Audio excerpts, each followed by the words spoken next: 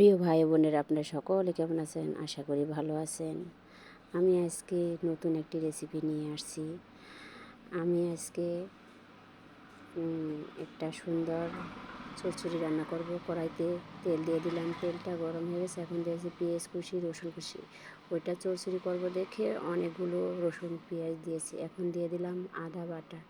কিছু দেবো না তো, তাই একটু পেঁয়াজটা আর রসুনটা বেশি দিয়েছি। এখন দিয়ে দিলাম হলুদের গুঁড়ো, মরিচের গুঁড়ো। যে পরিমাণ ঝাল খায় সে পরিমাণই দিবেন। হ্যাঁ, দিয়ে দিলাম হালকা একটু পানি। পানিটা শুকিয়ে গেলে, তেলতেলা ভাব হয়ে গেলে দিয়ে দিব গুঁড়ো ভাইলা মাছ আর গুঁড়ো চিংড়ি।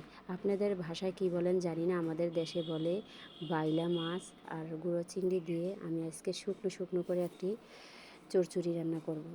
আমার গুঁড়ো মাছটা খুবই মজা লাগে। আপনাদের কাছে কেমন লাগে জানি না। আমি যেই কোনো তরকারি দিয়ে রান্না করি আমার কাছে খুবই ভালো লাগে। আপনারা চেষ্টা করে দেখবেন, খুবই মজা, অনেক মজা। বড় মাছেতে বেশি স্বাদ লাগে আমারতে।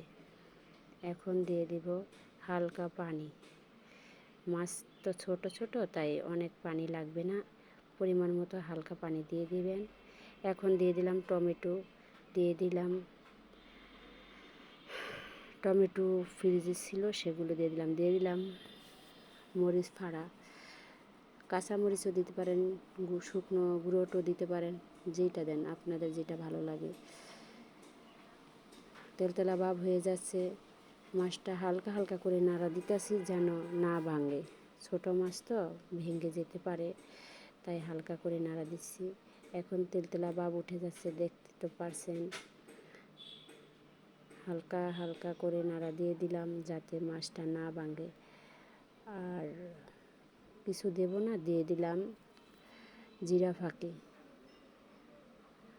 আস্তে আস্তে করে একটু নাড়াচাড়া দিয়ে দিলাম।